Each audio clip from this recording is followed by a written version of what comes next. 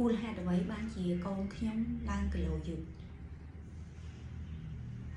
ជំរាបសួរនាងខ្ញុំវិជ្ជាបណ្ឌិតលីសូនីនាងខ្ញុំគឺជាគ្រូពេទ្យឯកទេសផ្នែកកុមារ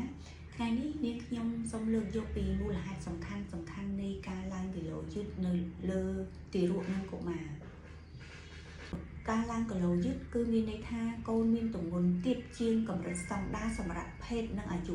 ដូចគាត់វាអាចជាសញ្ញានៃបញ្ហាសុខភាពឬក៏ជាសញ្ញានៃការបំផៅដែលត្រូវការជំនួយពីគ្រូពេទ្យមូលហេតុសំខាន់ដែលធ្វើឲ្យកូនឡើងគីឡូយឺតមាន3យ៉ាងទី1គឺបរិមាណដែលយើងផ្ដល់ឲ្យកូននឹងមិនគ្រប់គ្រាន់ឬគ្រប់គ្រាន់ដែរប៉ុន្តែគ្មានតុល្យភាពសារធាតុចិញ្ចឹមវាមានជាតិខ្លាញ់មានកាបូនហេដ្រាតហើយនិងមានប្រូតេអ៊ីនសារធាតុទាំង3ហ្នឹងគឺសំខាន់ណាស់សម្រាប់ការលូតលាស់របស់កូនបរិមាណដែលឲ្យហ្នឹងគឺត្រូវគ្រប់គ្រាន់និងមានតុល្យភាពមិនត្រូវលើសជាតិណាមួយខ្លាំងឬមួយក៏ស្ទើរជាតិណាមួយទេចឹងក្មេងដែលគាត់ញ៉ាំតិចឬមួយក៏អាហារមិនមានសារជាតិចិញ្ចឹមគ្រប់គ្រាន់ជាតិខ្លាញ់ជាតិកាបូនហេដ្រាតហើយនិងជាតិប្រូតេអ៊ីនដែលវា balance គ្នាហ្នឹងគឺវាធ្វើឲ្យការឡើងគីឡូរបស់គាត់ហ្នឹងគឺប៉ះពាល់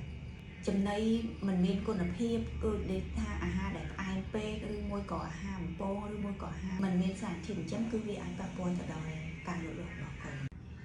មូលហេតុទី2គឺបណ្ដាលមកពីរាងកាយមិនអាចស្រូបយកសារធាតុចិញ្ចឹមបានល្អ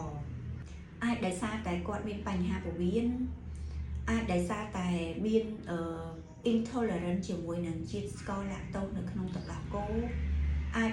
លើក្មេងដែលគាត់មានបញ្ហាអាឡែស៊ីជាមួយនឹងប្រូតេអ៊ីនទឹកដោះគោឬមួយក៏ជំងឺតាក់ទងមួយពះពោះវៀនខ្លះដូចជាជំងឺ cystic fibrosis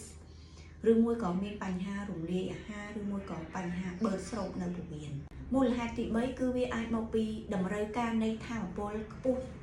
ស់ជាងធម្មតាសម្រាប់ក្មេងខ្លះដែលគាត់ញ៉ាំអាហារបានច្រើនដែរប៉ុន្តែគាត់នៅតែអត់សូវឡើងគីឡូអាចមកពីតម្រូវការថាមពលនៅក្នុងខ្លួនគាត់ហ្នឹងគឺខ្លាំងជាងកម្រិតធម្មតាដូចជាអ្នកដែលមានបញ្ហាជំងឺបេះដូងអ្នកដែលមានបញ្ហាតាក់ទងមួយនឹងជំងឺ metabolism ឬមួយក៏ក្មេងដែលគាត់ធ្វើសកម្មភាពខ្លាំងតាក់ទងជាមួយនឹងមូលហេតុនៃការឡើងគីឡូយឺតទៅតាមអាយុរបស់កូនសម្រាប់ prenatal សម្រាប់បញ្ហាដែលកើតនៅពេលមុនសម្រាលក្មេងដែលកើតមកអត់គ្រប់ខែក្មេងដែលគាត់ឡើងកើតមកគឺគីឡូរបស់គាត់តូចជាងធម្មតាឬមួយក៏ម្ដាយដែលមានជំងឺឬមួយក៏ប្រើថ្នាំនៅក្នុងពេលដែលគាត់ទម្ងន់ហ្នឹងគឺវាធ្វើឲ្យក៏វាអាចធ្វើឲ្យប៉ះពាល់ទៅដល់ការឡើងគីឡូរបស់កូនដែរសម្រាប់ក្មេងពីអាយុ0ទៅ6ខែគឺវាអាចមកពីម្ដាយដែលមានបញ្ហាតាក់ទងជាមួយនឹងការផលិតទឹកដោះអាចក្មេងតូចដែលគាត់អាសាគាត់បើប៉ុន្តែគាត់អាសាក្អួតឬមួយក៏អាសាក្អែមកវិញម្ដាយដែលមានបញ្ហាក្បាលដោះឬមួយក៏តាក់ទងមួយនឹងបញ្ហារំលាយអាហាររបស់ទារកផ្ទាល់តែម្ដងសម្រាប់ទារកអាយុពី7ទៅ12ខែអាយុ7ទៅ12ខែគឺជាពេលវេលាដែលគាត់ចាប់ផ្ដើមញ៉ាំបបរគ្រប់គ្រឿងហើយអាយុ6ខែឡើងគឺពេលវេលាដែលគាត់ចាប់ផ្ដើមញ៉ាំបបរគ្រប់គ្រឿងហើយចឹងក្មេងដែលគាត់អត់សូវឡើងគីឡូនៅក្នុងកំឡុងពេលហ្នឹងគឺវាអាចដោយសារតែទារកដែលគាត់អត់ព្រមញ៉ាំអាហារថ្មីហើយម្ដាយឬមួយក៏អ្នកថែទាំហ្នឹងគឺអត់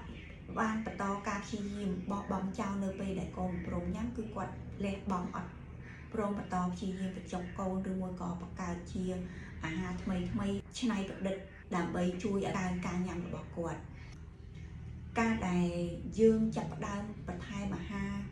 យឺតពេលពេកក៏វាអាចធ្វើឲ្យប៉ះពាល់ទៅដល់ការឡើងគីឡូរបស់គាត់ដែរឬមួយក៏ក្មេងដែលចូលចិត្តបើមិនចូលចិត្តញ៉ាំអាហារផ្សេងបន្ថែមហ្នឹងគឺធ្វើឲ្យការលូតលាស់នៃការឡើងគីឡូរបស់គាត់ហ្នឹងគឺមានការយឺតយ៉ាវសម្រាប់ទារកអាយុលើសពី1ឆ្នាំមូលហេតុនៃការឡើងគីឡូយឺតគឺវាច្រើនតែកើតឡើងលើក្មេងដែលញ៉ាំអាហារតិចឬមួយក៏រើសចំណីក្មេងដែលគាត់បែកអារម្មណ៍រវល់លេងវក់លេងខ្លាំងក្មេងដែលគាត់មានបញ្ហាតាក់ទងមួយនឹងយានឬមួយដូចជាជំងឺ autism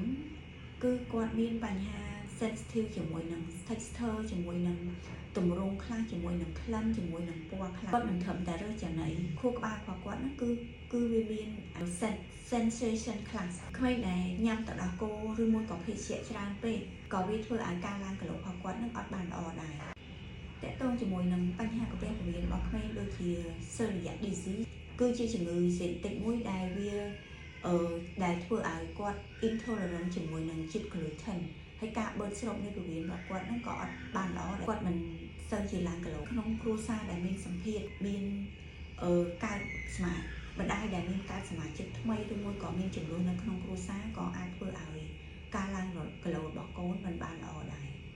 កត្តាផ្សេងទៀតដែលត្រូវចងចាំការឡើងគីឡូរបស់ក្មេងពេលខ្លះគឺទាក់ទងជាមួយនឹងកត្តាហ្សែន